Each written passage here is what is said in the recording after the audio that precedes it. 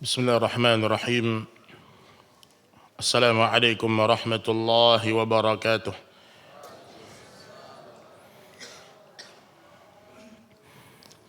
Innal hamdalillah nahmaduhu wa nasta'inuhu wa nastaghfiruh wa na'udzu billahi min shururi anfusina wa sayyiati a'malina.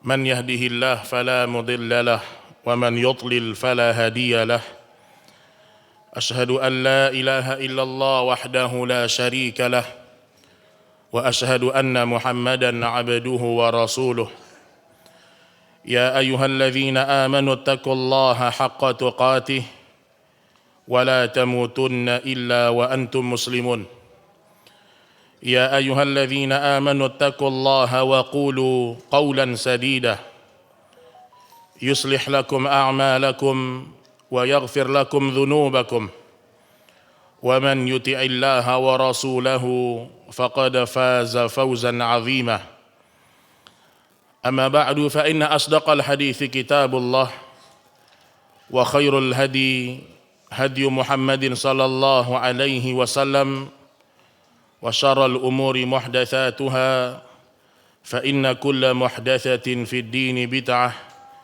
wa kulla bid'atin dhalalah wa kulla dhalalatin finnar. Ma'asyiral muslimin, ma'asyiral muslimat rahimani wa rahimakumullah. Alhamdulillah, kita bersyukur kepada Allah yang selalu mencurahkan kepada kita nikmat iman, nikmat Islam, nikmat sunnah. Semua ketaatan yang baru kita lakukan, yang baru jemaah, itu murni bukan karena kekuatan dan keinginan kita. Bahkan manusia terbaik saja, Rasul Sallallahu Alaihi Wasallam menggantungkan semua hidupnya kepada Allah. Nabi sallallahu alaihi wasallam berdoa kepada Allah, Allahumma a'inni ala dzikrika wa syukrika wa husni ibadatik. Ya Allah, tolonglah aku untuk selalu berzikir kepadamu. Nabi yang berdoa, Pak. Tidak ada kesombongan pada diri Rasul alaihi salatu wassalam. Nabi minta pertolongan kepada Allah agar dibantu untuk bisa berzikir. Nabi minta kepada Allah agar dibantu oleh Allah, agar ditolong oleh Allah untuk bisa selalu bersyukur. Dan Nabi minta pertolongan kepada Allah agar menjadi hamba-hamba yang diperbagus ibadahnya dalam hidupnya. Manusia terbaik. Yang kita tidak ragu bahwasanya tidak mungkin Nabi Shallallahu Alaihi Wasallam mempelajari ilmu yang tidak bermanfaat. Tidak mungkin Nabi Shallallahu Alaihi Wasallam tidak berzikir kepada Allah. Tidak mungkin Rasul Alaihi Salatu Wasallam kufur kepada nikmat Allah. Mustahil, Pak. Tapi tetap yang namanya semua pertolongan, perlindungan itu digantungkan semua kepada Allah Subhanahu wa taala. Baik, malam ini jemaah rahimani wa rahimakumullah, kita melanjutkan bahasan kitab Usul Thalathah, masih pada pembahasan anwa'ul ibadat, macam-macam atau jenis-jenis ibadah. Kita sudah ulang-ulang berkali-kali bahwasanya ibadah yang disebutkan oleh Syekh Muhammad bin Abdul Wahhab ibadah batin semuanya, kecuali nanti doa dan seterusnya. Ibadah batin yang beliau sebutkan, ibadah yang berkaitan dengan hati. Kita sudah bahas bab doa, dan doa adalah ibadah hati. Sebagaimana Nabi Shallallahu Alaihi Wasallam bersabda, "Udu Allah wa antum muqinuna bila ijabah." Berdoalah kalian kepada Allah, karena sesungguhnya Allah tidak menerima doa dari orang yang lalai dan ragu-ragu. Urusan hati. Kita sudah bahas yang berkaitan dengan masalah al-khauf. Bagaimana seorang hamba itu harus takut kepada Allah. Baik, pada pertemuan malam ini kita masuk pada pembahasan ar-raja, yaitu berharap hanya kepada Allah dan menyerahkan semua urusan hanya kepada Allah. Ikhwan dan akhwat rahimani wa rahimakumullah, disebutkan dalam surah Al-Kahfi 107 sampai 110,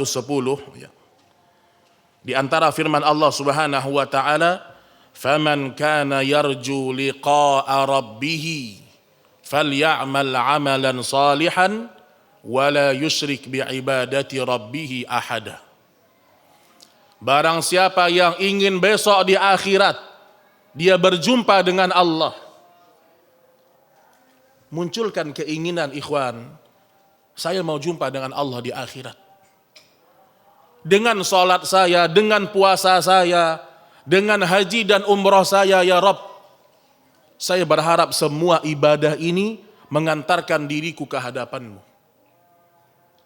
Harus ada harapan besar kepada Allah, ingin melihat Allah di akhirat. Sebagaimana orang-orang kufar tidak pernah berharap sedikit pun berjumpa dengan Allah.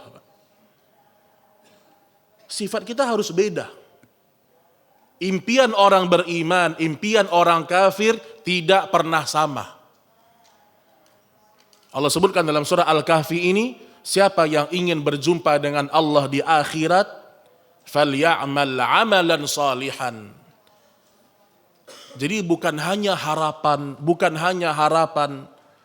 hanya keinginan, tapi orang yang benar-benar jujur mau jumpa dengan Allah di akhirat, dia pasti beramal, Pak. Dia pasti beramal saleh. Wala yusyrik bi'ibadati rabbih ahada. Dan jangan pernah dia campurkan amal saleh itu dengan kesyirikan sekalipun. Ini ayat menarik, jemaah. Setelah Allah sebutkan harapan seorang mukmin, Allah sebutkan bagaimana cara menggapainya. Di sini dites kejujuran seorang hamba, benar nggak ingin bahagia di akhirat. Karena sebagian manusia hanya punya keinginan. Mau masuk surga nggak? Mau. Disuruh jilbab? Nggak mau, Pak. Mau masuk surga nggak? Mau, Ustadz. Disuruh ke masjid, nggak mau sholat. Hanya sekedar keinginan dusta. Tapi orang yang jujur dengan Allah, dia akan beramal.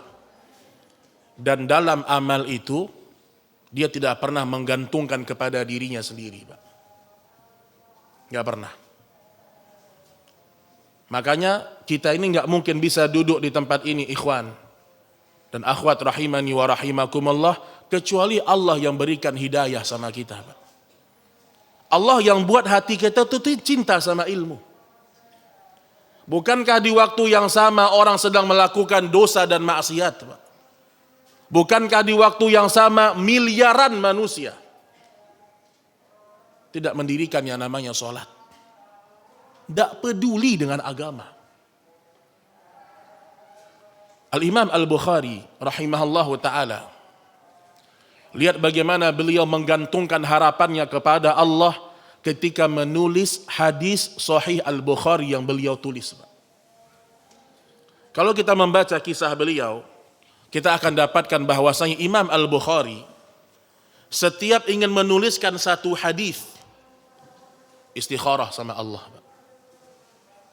Istikharah kepada Allah. Minta pertolongan kepada Allah, semoga hadis yang saya tulis ini sahih. Berapa jumlah Sahih Bukhari? Ya talibal ilm. Nah, santri-santri. Ada 8.000 lebih. Hampir 9.000 hadis Bukhari, Pak. Kalau kita sandingkan kalimat ini dengan perjuangan Imam Bukhari, bisa jadi Imam Bukhari telah sholat istikharah lebih daripada 8.000 kali. Kalau kita menghitung satu hadis, satu istikharah. Satu hadis, satu istikharah. Itu ilmunya Bukhari, Pak. Imam Bukhari dengan ilmu yang dia punya, dengan kehebatan hafalan yang dia punya, dia nggak menggantungkan ilmunya terhadap dirinya sendiri. Dia tetap minta tolong sama Allah, Pak. Makanya jemaah yang dirahmati Allah, lihat bagaimana ketergantungan hati kita kepada Allah. Dimanapun kita berada, selalu kita merasa Allah lihat saya. Setiap punya impian, impian saya adalah saya gantungkan kepada Allah. Terakhir kali antum istikharah kapan? Waktu nikah ya? Nikah sekali seumur hidup, sekali istikharahnya, Pak. Imam Al-Bukhari dalam ilmu yang dia punya istikharah, Pak. Maka dalam pembahasan masalah harapan kepada Allah Subhanahu wa taala itu berkaitan dengan amalan hati. Kalau orang-orang awam mereka jauh dari Allah, mereka lupa dengan Allah, ini hal yang mungkin bukan hal yang asing lah.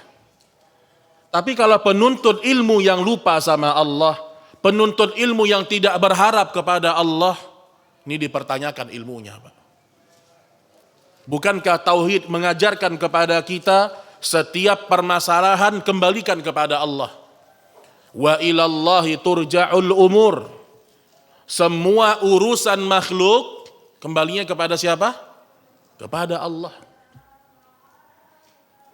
Syekhul Islam Ibnu Taimiyah disebutkan beliau memberikan sebuah contoh, Pak. Ini ana sampaikan kepada antum secara makna. Apa yang antum lakukan kalau seandainya menemukan silang pendapat di antara para ulama? Apa yang antum lakukan? Ustadz ini bilang haram, yang ini bilang halal, yang ini bilang mubah. Apa sikap kita, Pak? Nah, apa sikap kita, Pak? Hah? Kebanyakan dia bingung di WA-nya Ustadz. Ustadz mana pendapat yang lebih kuat? Satu. Atau sebagian lainnya orang dia searching di internet. Dia lihat situs-situs sunnah mana penjelasan para ulama yang lebih kuat. Atau dia buka kitab-kitabnya para ulama, dia cari. Kata Syekhul Islam Ibnu Taimiyah, kalau itu yang dia lalui, maka dia telah jatuh kepada kesalahan yang fatal dalam belajar. Bingung masalah agama, buka kitab. Bingung dengan khilaf, lihat karya-karyanya para ulama. Kata Syekhul Islam, fatal kesalahannya. Bagaimana sikap kita jemaah? Kata Syekhul Islam, hendaklah dia angkat tangannya kepada Allah. Dia minta kepada Allah agar diberikan taufik, mendapatkan pandangan yang sesuai dengan Al-Quran dan As-Sunnah. Angkat tangan dulu jemaah. Kenapa? Kalau Allah tidak memberikan taufik sama kita, Pak, kita buka ribuan kitab pun, ujung-ujungnya kita mengikuti hawa nafsu lagi. Bukankah sebagian orang-orang yang tahu dengan kesyirikan, dia tahu itu syirik. Tahu dia itu syirik, Pak. Tapi tetap dia melakukan kesyirikan. Allah enggak memberikan taufik di hatinya, Pak. Bukankah sebagian orang tahu dengan haramnya musik misalnya, dengan haramnya khamar, haramnya zina, tahu dia. Mungkin kalau kita tanyakan sebutkan dalil, dia akan sebutkan puluhan dalil. Tapi kenapa keluar pendapat-pendapat yang aneh? Allah enggak kasih dia taufik untuk mengamalkan ilmu yang dia tahu. Maka jemaah rahimani wa rahimakumullah, dalam kita belajar pun kita harus kembali kepada Allah. Maka dulu para ulama pernah mengatakan, kalau terjadi khilaf di antara para ulama, maka memohonlah kalian kepada Allah untuk meminta istiqamah dan jalan yang lurus. Dan beda, Pak. Kalau kita mempelajari agama, kemudian kita taklid buta, Ada hukuman di akhirat. Ada hukuman di akhirat. Berbeda dengan orang yang sudah dia pelajari ayatnya, dia pelajari hadisnya, kemudian dia minta sama Allah diberikan jalan yang hak, namun ternyata keluar dari fatwanya kesalahan. Ini bisa Allah maafkan di akhirat, karena dia murni telah berusaha, berijtihad. Maka Imam Abu Hanifah mengatakan, la yahillu li ahadin an ya'khudha biqaulina ma lam na'rif min aina akhadnah. Ma lam ya'rif min aina akhadnah. Tidak halal bagi seorang pun di antara kalian mengambil fatwa dariku, mengambil pendapat-pendapatku, dan kalian tidak tahu dari mana aku berdalil. Oh, yang penting Abu Hanifah berpendapat seperti ini saya ikuti. Enggak. Bukan begitu cara kita beragama. Maka penuntut ilmu, dia bukan hanya mempelajari secara zahir ilmu yang dia lihat. Tapi penuntut ilmu itu harus punya rasa takut kepada Allah, Pak. Karena terkadang kita berjumpa dengan masalah-masalah syubhat, jemaah. Kita nggak tahu ini halal atau haram, nggak tahu kita. Disitulah dites keimanan kita. Hanya rasa takut kepada Allah yang membuat kita berhati-hati dari pandangan-pandangan yang keliru. Rasa takut kepada Allah. Baik, ma'asyiral muslimin rahimani wa rahimakumullah. Kemudian ayat yang kedua sebagai penguat dalam pembahasan ini disebutkan dalam surat Asy-Syu'ara ayat 164. Ini ayat, Pak, cocok bagi siapapun yang sibuk dengan kebaikan. Cocok bagi siapapun yang memang hidupnya bercita-cita menjadi orang yang bermanfaat. Apa kata Allah Subhanahu wa taala dari perkataan para nabi dan para rasul? "Wa ma as'alukum 'alaihi min ajr, in ajriya illa 'ala rabbil alamin." Ini semua, Pak.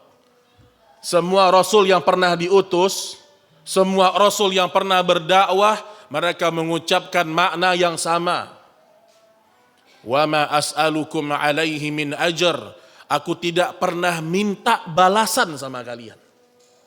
Lihat, Pak. Dakwah ini tidak ada kalimat yang lebih tinggi daripada dakwah, enggak ada. Kita kalau lihat semua orang ngomong di dunia ini, omongan yang paling bermanfaat, omongan dakwah. Kalimat dakwah. Walaupun dia bermanfaat, tetap para nabi mengatakan apa? Aku tidak pernah minta upah sama kalian. Aku berdakwah kepada umat, enggak minta belas kasih sayang kalian. Enggak. In ajriya illa ala rabbil alamin. Aku minta besok upahnya di akhirat. Aku minta kepada Rabb yang maha tinggi. Makanya hancur kalau ada seorang da'i yang menjadikan dakwah itu untuk menumpuk kekayaan. Hancur, Pak. Bukankah Nabi Shallallahu Alaihi Wasallam bersabda tentang para penuntut ilmu? Man ta'allama ilman mimman yabtagha bihi wajhullah. Barang siapa yang belajar agama, mungkin setelah itu dia dakwahkan, yang seharusnya dia mengharapkan wajah Allah. Harapan dia dalam beramal, harapan dia dalam belajar wajah Allah. La yata'allamuhu illa liyusiba bihi 'aradan minad dunya. Tapi ternyata dia belajar selama ini untuk mendapatkan pujian dunia, untuk mendapatkan nikmat-nikmat dunia. Dunia itu apa aja, Pak? Harta. Ada orang yang hidupnya mengejar harta.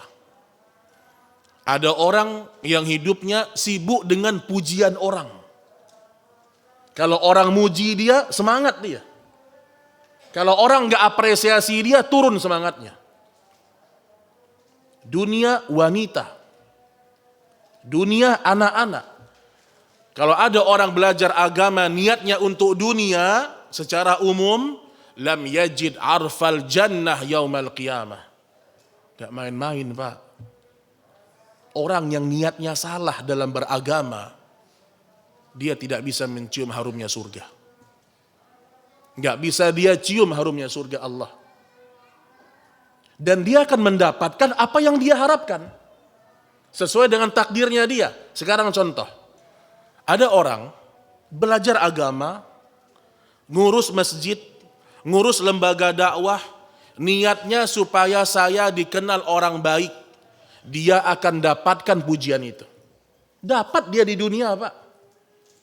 Setiap orang dengar nama dia, oh Bapak itu Masya Allah. Masya Allah dia. Dapat dia pujian itu. Man kana yuridul ajilata ajjalna lahu fiha ma nasya'u liman nurid. Siapa yang ingin di dunia mendapatkan dunia, kami kasih. Tapi di akhirat enggak ada bagian lagi. Allah Maha Adil, Pak. Allah adil. Siapa yang ingin harta, Allah kasih harta. Sebatas apa yang Allah takdirkan. Siapa yang ingin popularitas, Allah kasih popularitas. Tapi siapa yang mengharapkan perjumpaan dengan Allah, Allah akan berikan itu besok di akhirat.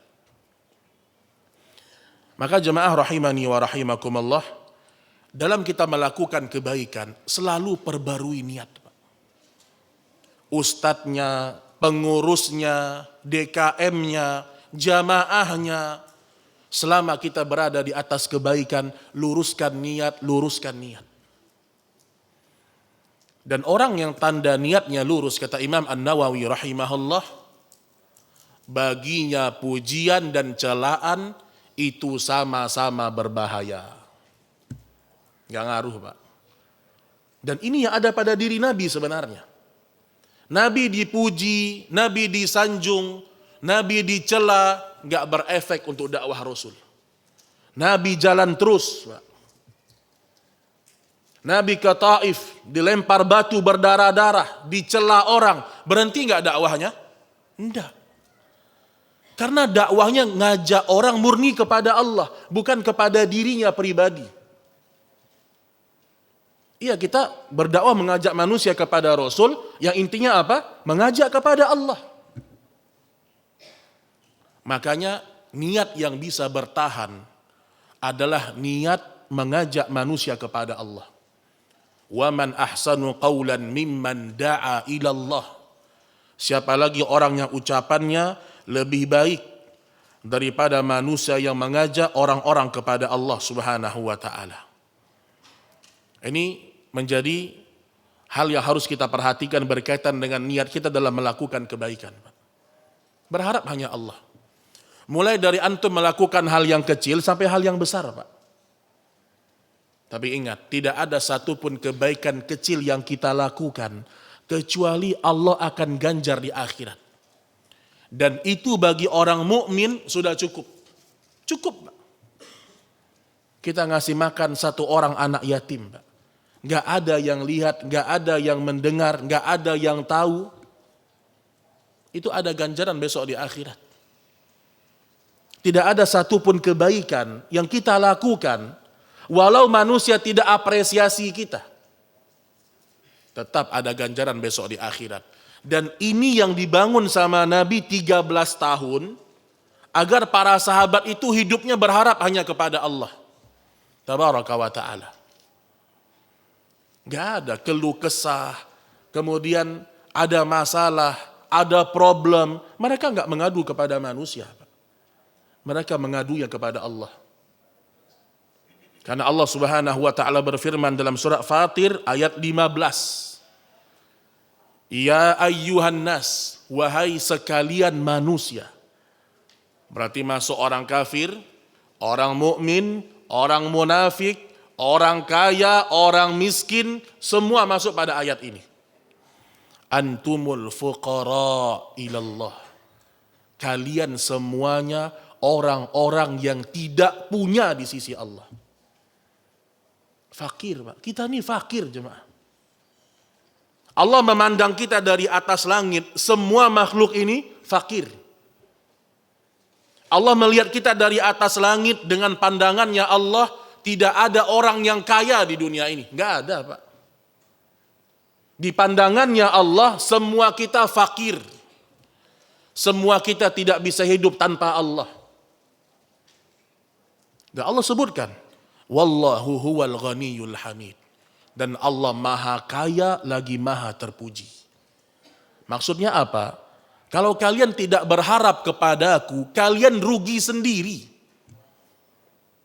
Makanya orang yang paling rugi, Pak, orang yang hidupnya mencari ridho manusia.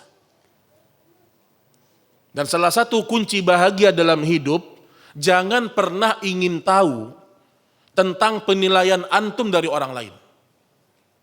Yang penting antum di atas kebenaran, antum di atas hak, antum jalan terus. Karena terkadang ucapan orang, kalimat-kalimat orang itu melemahkan iman, jemaah. Kita istiqomah nih. Mungkin wanitanya bercadar, Pak. Dia pindah masuk di satu tempat yang baru. Kalau dia fokus mendengarkan omongan orang, ini ibu ini bercadar. Jangan-jangan dia bawa senjata nih, subhanallah. Kalau kita dengar nih omongan orang, itu cadar bisa dibuka, Pak. Atau paling tidak pakai jilbab pendek jadinya. Karena didengarnya omongan orang. Padahal omongan manusia tidak akan merubah kedudukan kita di sisi Allah, hendak. Tapi kalau kita fokus kepada Allah, fokus kepada penilaiannya Allah, ridhonya Allah, jutaan manusia tidak akan mengokohkan, tidak akan merusak iman kita. Dan harus kita sadar bahwasanya orang yang selalu berharap kepada Allah, lama kelamaan dia akan menjadi orang yang selalu merasa butuh sama Allah. Saya butuh sama Allah, saya butuh sama Allah. Maka kalau orang jarang doa, Pak, orang yang jarang berdoa, ini adalah orang yang merasa tidak butuh sama Allah sebenarnya. Orang kalau benar-benar dia merasa butuh sama Allah, dia akan bangun di waktu malam. Dia akan minta kepada Allah hajat-hajatnya. Berharap dia kepada Allah. Ma'asyiral muslimin rahimani wa rahimakumullah. Dan ketika seorang hamba berharap kepada Allah, tentu yang namanya harapan ada kesungguhan di dalamnya. Allah sebutkan dalam surat At-Taghabun ayat yang ke-6. Juga dalam surat Al-Ankabut ayat yang ke-6. Wa man jahada fa innama yujahidu li nafsih.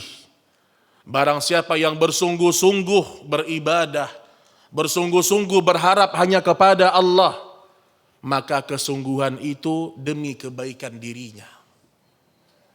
Jangan pernah berpikir kita sholat, kita yang beruntung, kita sholat Allah yang beruntung, enggak. Semua ibadah ini, Pak, yang kita lakukan untuk kita. Pernah ditanyakan kepada salah seorang ulama salaf, dia rajin sedekah, Pak. Setiap jumpa orang yang susah dia sedekah. Ada orang yang hutangnya tidak dilunasin, diikhlasin sama dia. Ditanya dia, wahai imam, wahai orang soleh, kenapa begitu mudah hatimu untuk memberikan hartamu kepada orang? Untuk memaafkan orang-orang yang melakukan kesalahan. Apa kata dia, Pak? Ketika saya bersedekah, saya hanya berharap Allah akan ringankan azab saya di hari kiamat. Maksudnya apa? Ketika dia bersedekah, dia meyakini dia pertama yang beruntung. Dia yang pertama mendapatkan manfaat. Kita ngasih orang duit nih, Pak. Kemudian dia mengucapkan jazakallah khairan. Kemudian dia merasa bahagia, dia merasa tertolong. Di saat yang sama sebenarnya kita yang harus merasakan itu. Maka kita nggak boleh pernah merasa berjasa, Pak. Innama nut'imukum liwajhillah. Sesungguhnya aku memberikan makan ini mengharapkan wajah Allah. La nuridu minkum jazaan wala syukura. Sedekah ini, dakwah ini, pertolongan ini kepada manusia, kami tidak mengharapkan ucapan terima kasih dari kalian. Jadi kalau kita sedekah sama orang, masih berharap orang itu ngucapin jazakallah khairan, kurang ikhlas kita, Pak. Walaupun dalam Islam, orang yang diberikan bantuan dia mengucapkan jazakallah khairan. Tapi bagi siapa yang memberi bantuan, dia nggak berharap itu. Dan dia nggak berharap terima kasih. Kenapa? Karena sesungguhnya dia melakukan itu untuk diri dia sebenarnya. Untuk diri dia. Maka dulu Allah Subhanahu wa taala turunkan ayat menegur sebagian orang yang mereka merasa berjasa dengan Islam. Yamunnuna 'alaika an aslamu. Sebagian orang mengatakan, karena saya Islam ini jaya, karena saya semua seperti ini. Allah turunkan ayat, jangan pernah kalian berjasa dengan Islam. Tetapi Allah lah yang telah memberikan taufik kepada kalian sehingga kalian mengamalkan ibadah-ibadah dalam agama kalian. Jangan pernah merasa berjasa, Pak. Makanya orang-orang yang selalu berharap kepada Allah, dia akan berusaha menggapai yang namanya janji-janji Allah Subhanahu wa taala. Nah, berkaitan dengan harapan jemaah yang dirahmati Allah, kita lihat ya, dalam hadis riwayat Imam Muslim, Allah Subhanahu wa taala menunjukkan keagungannya, Pak. Ya ibadi, law anna awwalakum wa akhirakum wa insakum wa jinnakum kanu ala atqa qalbi rajulin wahidin minkum ma zada ala dzalika fi mulki syai'ah. Wahai hamba-hambaku, kalau seandainya semua kalian dari jin dan manusia, dari yang pertama sampai yang paling terakhir, semuanya beriman seperti iman orang yang paling bertakwa di antara kalian. Imannya siapa? Nabi Muhammad, Pak.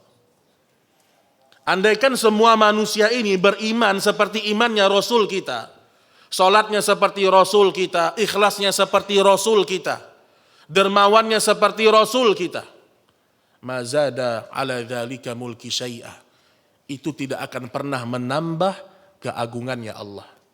Enggak nambah, enggak ngefek dengan keagungannya Allah, Pak. Dan disebutkan lagi, ya ibadi law anna awwalakum wa akhirakum wa insakum wa jinnakum kanu ala afjar qalbi rajulin wahidin minkum ma naqasa dzalika min mulki syai'ah. Dan kalau seandainya, kata Allah, semua kalian jin dan manusia dari awal yang hidup sampai terakhir besok yang meninggal dunia sebelum hari kiamat, semua mereka menjadi orang yang paling fajir, pakarnya ahli maksiat. Siapa jemaah?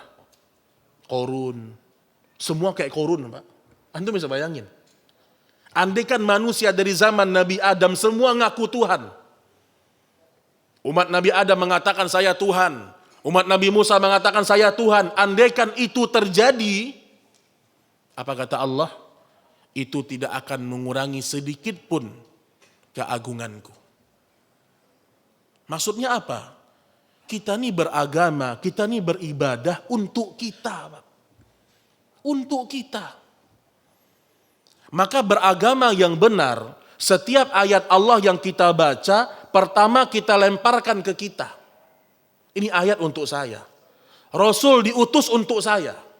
Dan untuk seluruh manusia. Sering ulang-ulang kalimat itu, Pak. Kata Syekh bin Baz rahimahullah, hendaknya seorang selalu mengatakan, Rasul itu diutus kepada saya dan kepada seluruh manusia. Karena sering terjadi ketika kita baca hadis, kita baca ayat Al-Quran, yang kita ingat orang. Baca ayat masalah ghibah yang diingat orang. Oh, ini cocok nih. Ini cocok nih status saya untuk tetangga sebelah, nih cocok nih. Semoga dia baca. Ya, subhanallah. Antum pasang status WA, status media sosial antum untuk antum, Pak. Untuk kita pertama kali. Maka Imam Muslim, kalau kita baca dalam kitab Syarah Imam Muslim di muqaddimahnya, karena salah satu sebab tertulisnya Sahih Muslim itu karena ada orang yang bertanya, meminta supaya dituliskan hadis-hadis dan seterusnya. Apa kata Imam Muslim?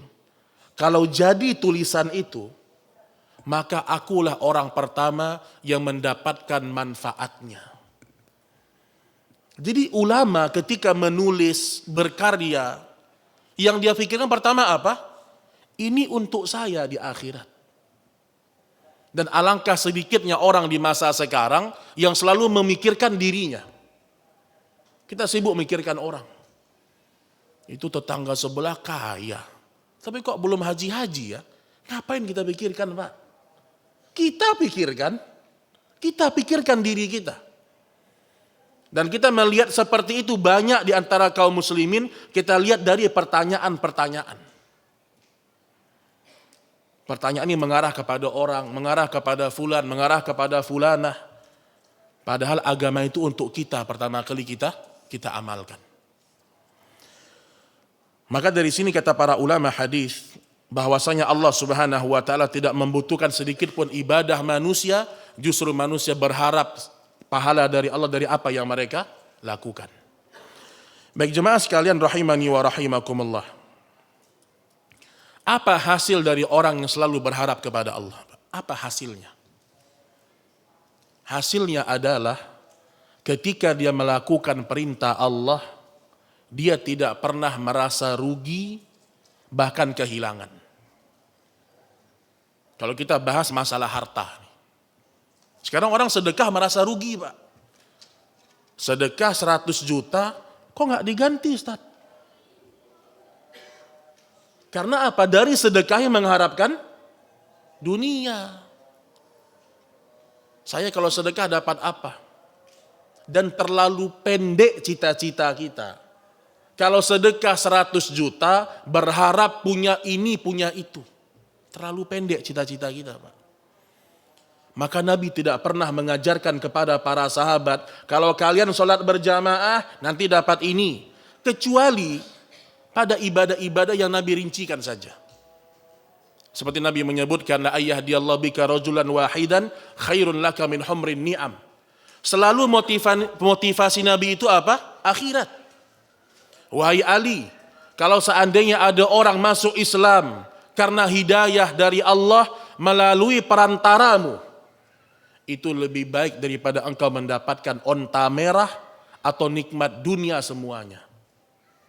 Yang ditanamkan apa? Harapan kepada pahala. Lihat ketika Nabi menyuruh orang dapat di shaf yang pertama. Apa motivasi Nabi? Harapan mendapatkan pahala. Lau ta'lamuna ma a'lam. Lau ta'lamuna, kalau seandainya kalian tahu ma fi sufufil awal. Kalau seandainya kalian tahu apa yang Allah siapkan di surga untuk orang yang sholat di shaf yang pertama, niscaya kalian akan datang ke masjid pertama dalam riwayat dalam kondisi merangkak. Tapi Allah simpan di akhirat, bukan di dunia Allah lihatkan.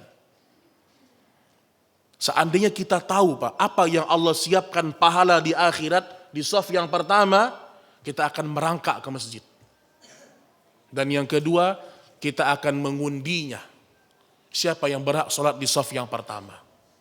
Dan banyak ibadah-ibadah semuanya selalu Nabi SAW ajarkan kita untuk berharap dengan apa yang Allah janjikan di akhirat. Tapi kita lanjutkan setelah salat Isya insyaallah taala dengan sedikit tambahan dan tanya jawab. Wa sallallahu ala nabiyyina Muhammad wa akhiru da'wana alhamdulillahi rabbil alamin. Tsumma assalamu alaikum warahmatullahi wabarakatuh. Bismillahirrahmanirrahim. Assalamualaikum warahmatullahi wabarakatuh. Alhamdulillahilladzi hamdan katsiran tayyiban mubarakan fih kama yuhibbu rabbuna wa yardah. Wassalatu wassalamu ala asyrafil anbiya'i wal mursalin wa ala alihi wa ashabihi wa man sara ala nahjih wa tamassaka bi sunnatihi ila yaumiddin. Kaum muslimin dan kaum muslimat rahimani wa rahimakumullah.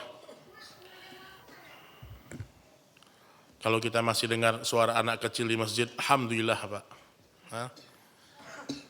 Yang sangat memprihatinkan kalau kita tidak pernah dengar suara anak kecil lagi di masjid, Pak. Walaupun suaranya harus dikontrol. Baik Bapak Ibu yang dirahmati Allah Subhanahu wa taala. Kita lanjutkan sedikit lagi dengan beberapa dalil, kemudian kita buka dengan sesi tanya jawab insyaallah taala. Baik, orang yang selalu berharap kepada Allah Subhanahu wa taala,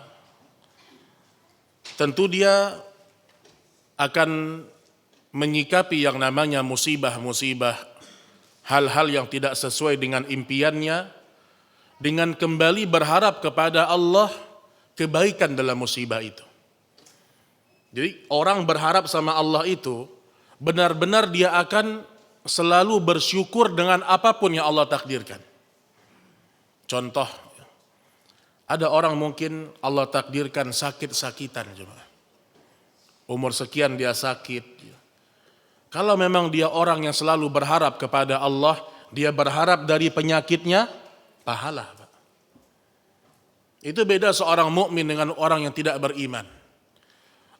Orang yang beriman selalu mengambil kesempatan untuk berharap kepada Allah dalam setiap permasalahan hidup. Ada orang diuji dengan kemiskinan. Dia berharap kepada Allah, semoga kesabaran membuat dia masuk ke dalam surga. Harapan. Dan Abu Hurairah radhiyallahu taala anhu termasuk orang yang tadinya hidup mewah. Abu Hurairah, Abdurrahman bin Sakhar, di Yaman dia orang yang hidupnya mewah. Di tahun Hijriyah, di tahun ke-7 dari Hijriyah, dia berjumpa dengan Nabi Shallallahu Alaihi Wasallam. Kemudian selama bersama Rasul hidupnya miskin. Cuma 3 tahun, Pak. 3 tahun bermulazamah bersama Rasul, dan selama 3 tahun itu dia menjadi sahabat yang paling banyak meriwayatkan hadis. Di masa Umar bin Khattab, orang-orang bertanya kepada Abu Hurairah, wahai Abu Hurairah, kami ini lebih lama beriman sama Rasul sebelum engkau. Kami lebih sering bersama dengan Nabi Muhammad daripada engkau, wahai Abu Hurairah. Engkau cuma 3 tahun. Tapi kenapa engkau lebih banyak tahu hadis daripada kami? Hikmah dari sebuah kemiskinan, jemaah. Dan buah dari sebuah perjuangan. Jawaban Abu Hurairah secara makna, ya, beliau mengatakan, saya ini orang yang tidak punya. Lihat, Pak. Apa jawaban Abu Hurairah? Saya orang yang tidak punya. Saya tidak seperti kalian yang punya pertanian, punya kambing yang digembala setiap hari. Sehingga waktu saya banyak yang kosong. Waktu yang kosong itu saya pakai untuk selalu mendampingi Rasul Sallallahu Alaihi Wasallam. Tetap nggak patah semangat, hidup miskin terus di atas keimanan. Maka disinilah perbedaan antara orang yang selalu berharap dengan orang yang putus asa. Dan kalau kita berbicara masalah harapan jemaah yang dirahmati Allah, tentu yang pertama harapan tertinggi seorang mukmin kepada Allah, dia dijauhkan dari siksa neraka, dimasukkan ke dalam surga. Ini tingkat paling tinggi, Pak. Makanya Allah sebutkan dalam Al-Quran, faman zuhziha 'anil nar wa udkhilal jannata faqad faz. Barang siapa yang Allah jauhkan dari neraka, dijauhkan dulu, kemudian dimasukkan ke dalam surga, itu orang yang sukses. Kalau kita buka tafsir ini, Pak, fahamlah kita bahwasanya kita memang butuh penjelasan ulama dalam masalah Al-Quran. Kenapa Allah tidak mengatakan orang yang sukses, orang yang masuk surga? Kenapa, Pak? Kenapa Allah detailkan orang yang sukses, orang yang dijauhkan dari api neraka, kemudian dimasukkan ke dalam surga? Kata Imam Ibnu Katsir, karena orang masuk ke surga itu macam-macam caranya. Orang yang masuk surga tanpa singgah dalam api neraka, itu orang sukses. Karena ada orang yang ujungnya masuk surga, tapi dipanggang dalam neraka ribuan tahun dulu. Tapi orang yang sukses, yang dia masuk surga, tanpa dimasukkan ke dalam api neraka. Bahkan yang lebih istimewa lagi, tanpa dihisab, tanpa diazab. Itu harapan tertinggi kita sama Allah. Meletakkan cita-cita tertinggi di akhirat Itu wajib. Karena Nabi memerintahkan kepada kita untuk urusan akhirat minta yang paling tinggi sama Allah. Ustadz, tidak tahu diri dong kita Ustadz. Ada orang Pak, sebagai orang mengatakan kita ini malu minta firdaus sama Allah. Kita tahu sholat kita. Ingat jemaah. Orang itu masuk surga bukan karena amal Pak. Imam Ahmad mengatakan kalau seandainya seorang hamba sejak lahir dia hanya rukuk sujud 24 jam. Itu belum membuat dia pantas masuk surga. Karena surga itu saking nikmatnya. Orang masuk surga karena rahmat Allah. Makanya, bukankah kita pernah membahas di sini ada orang yang masuk surga padahal dia melakukan kesalahan. Tapi Allah melihat kepada hati yang rasa takutnya tinggi sama Allah, Pak. Mungkin saya ulang sedikit, mungkin sebagian sebagai faedah besar. Ada seorang ayah, dia wasiat sama anaknya. Nabi menceritakan dalam riwayatnya, wahai anakku, besok kalau ayah meninggal, kamu bakar tubuh saya. Disuruh apa Pak? Bakar Pak. Nanti abunya dibuang. Buang ke lembah ini, buang ke lembah itu. Lakukan kalau saya meninggal. Meninggal dia dibakar sama anaknya Pak. Kemudian abunya diambil, dibuang. Kata Nabi, Allah bangkitkan orang ini besok di akhirat. Allah tanyakan, kenapa kamu melakukan itu? Apa jawaban dia? Demi Allah ya Rabb, aku melakukannya karena aku takut berjumpa dengan engkau di akhirat. Rasa takut ini Pak, membuat dia dimaafkan Allah, dimasukkan ke dalam surga Pak. Walaupun perbuatan dia menyuruh membakar diri adalah salah. Tetapi dia punya anggapan dalam hatinya, saya banyak dosa, saya banyak kesalahan. Kalau saya dikuburkan dengan cara biasa, saya takut berjumpa dengan Allah di akhirat. Mungkin dengan dibakar, saya nggak akan berjumpa dengan Allah. Ada rasa takut. Rasa takut itu menghantarkan dia ke dalam surga, jemaah. Sekali lagi, amalan hati itu pondasi utama sebelum amalan zahir. Bunyal Islamu ala khamsin, Islam dibangun di atas 5 perkara. Syahadat, salat, zakat, haji, puasa. Dari semua pilar ini, dua-duanya wajib kita perhatikan. Zahirnya dan batinnya. Ada orang zahirnya dia sholat, tapi hatinya nggak sholat, Pak.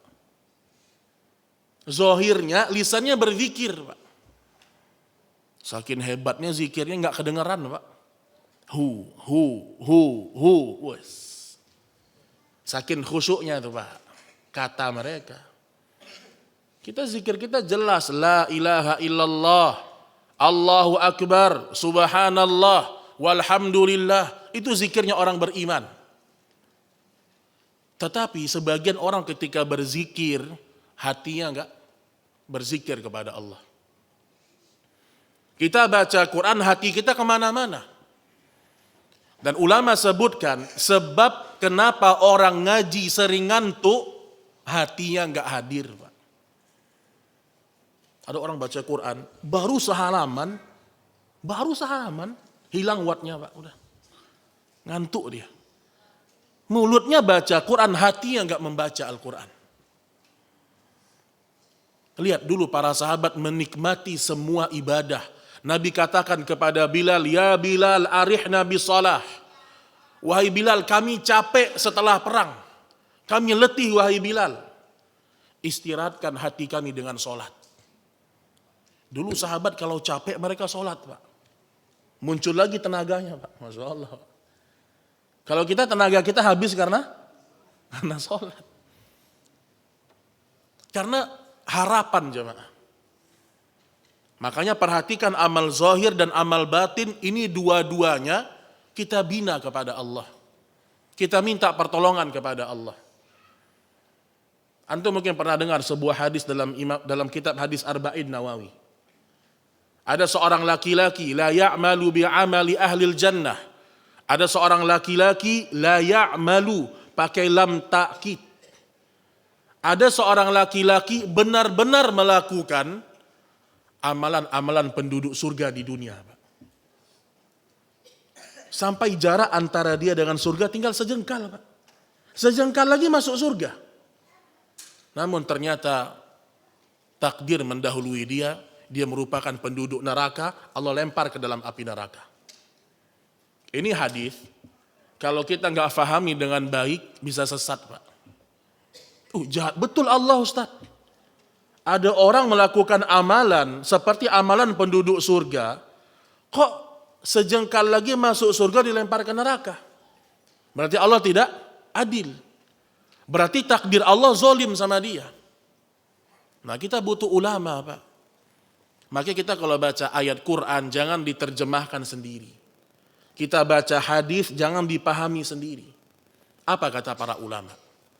Ketika Nabi menyebutkan ada seorang laki-laki, dia melakukan amalan-amalan penduduk surga, sejengkal lagi masuk surga dilempar ke dalam neraka, kata para ulama hadis, zahirnya di mata manusia dia melakukan amal soleh.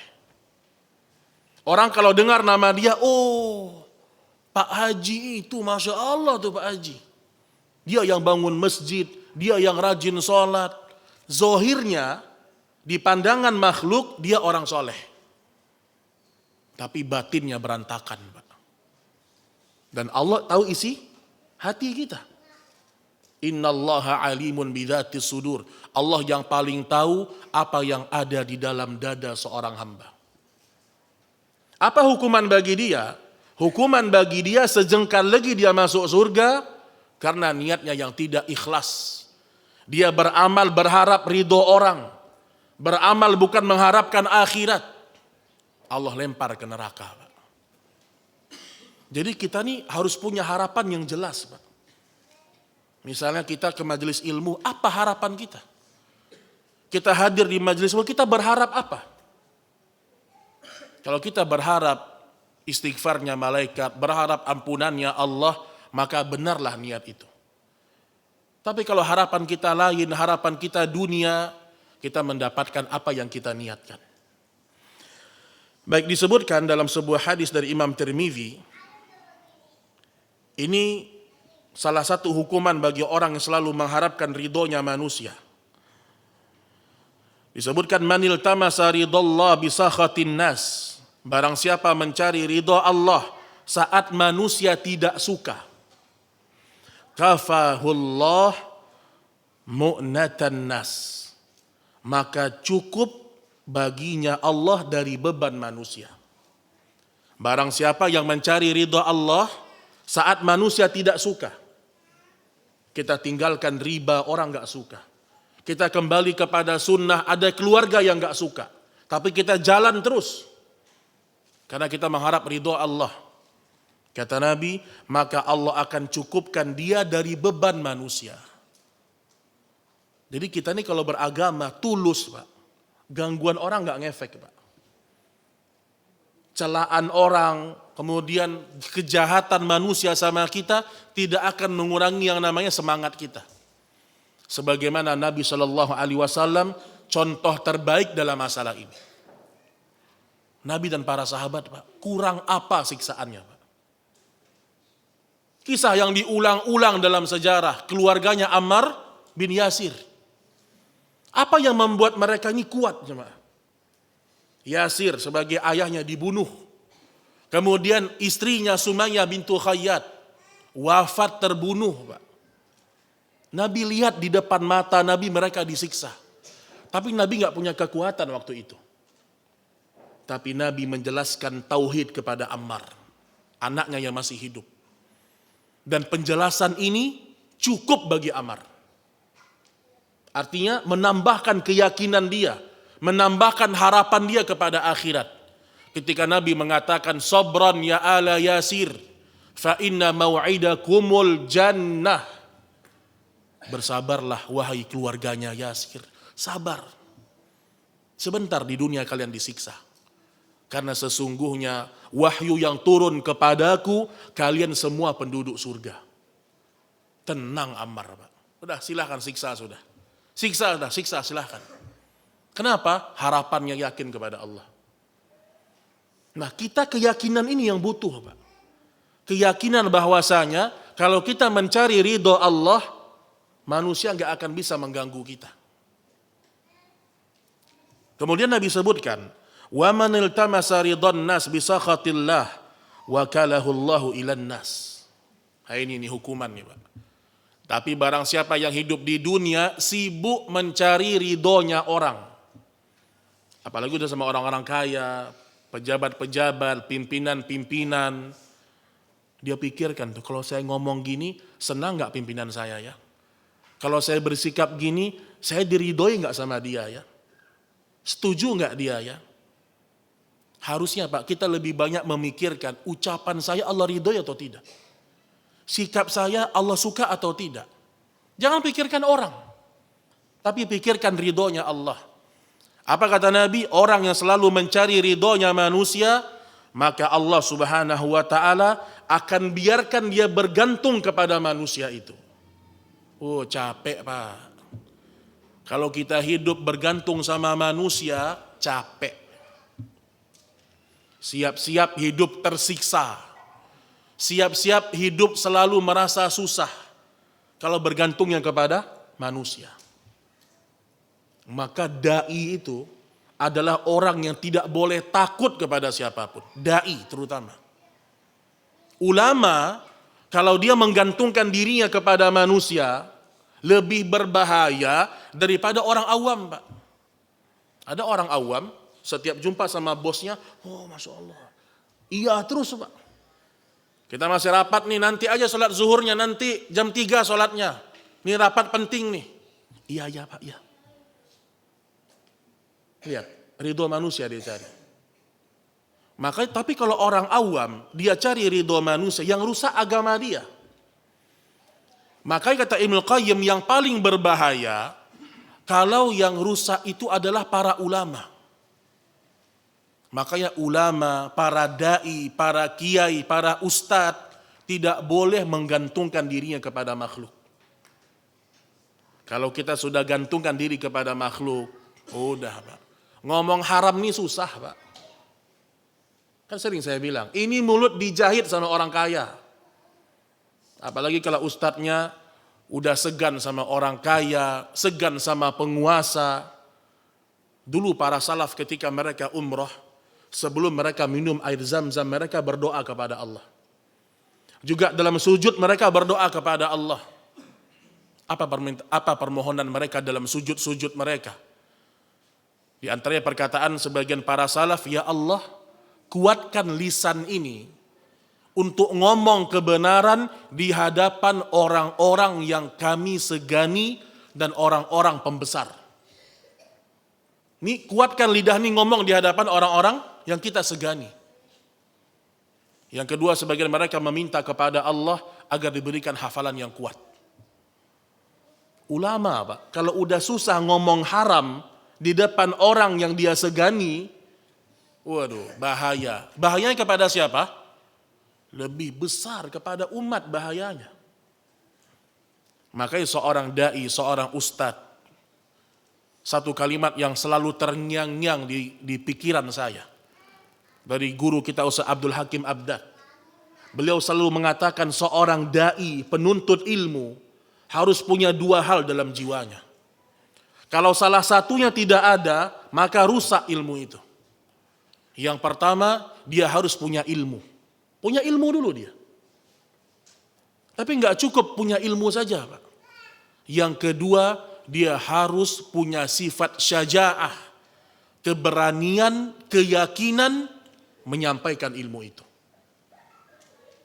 Ini dua sifat yang harus selalu ada pada diri seorang penuntut ilmu.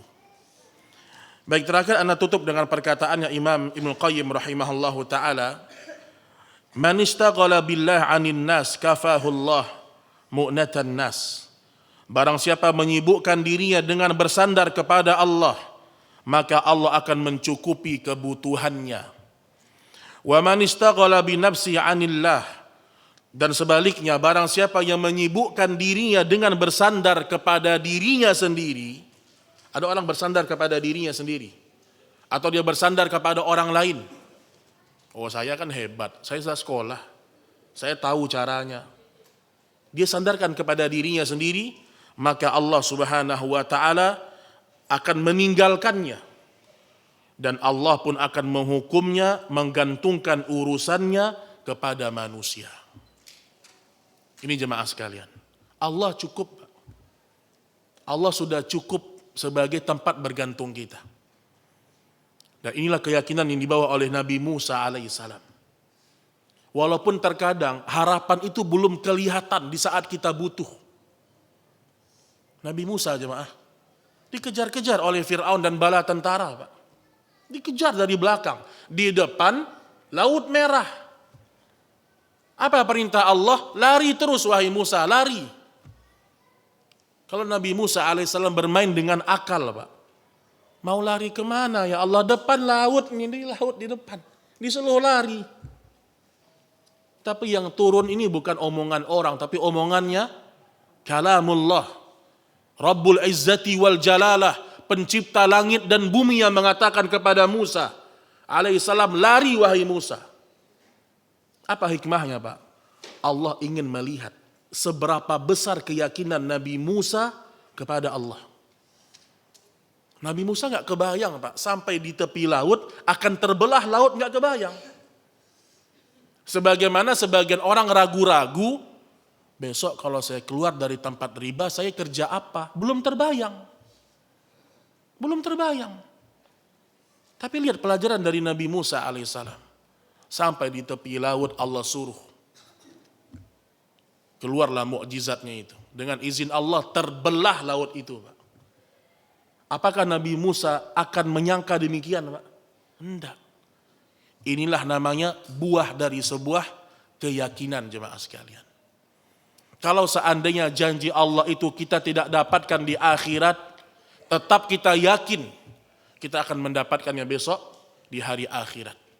Semoga Allah Subhanahu wa taala memperbaiki niat-niat kita, dan semoga kita menjadi orang-orang yang senantiasa terus melatih diri berharap hanya kepada Rabb kita Allah Subhanahu wa taala. Baik, demikian yang bisa kita sampaikan pada pertemuan ini. Mungkin sebelum kita akhiri, kalau ada pertanyaan dipersilahkan jemaah sekalian.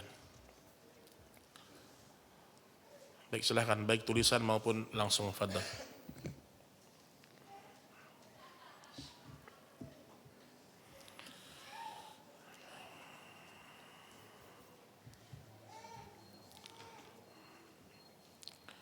Baik, mungkin cukup insyaallah taala pada malam hari ini. Mudah-mudahan bermanfaat. Aqulu qauli hadza subhanakallahumma wa bihamdik asyhadu an la ilaha illa anta astaghfiruka wa atubu ilaik. Wassalamualaikum warahmatullahi wabarakatuh.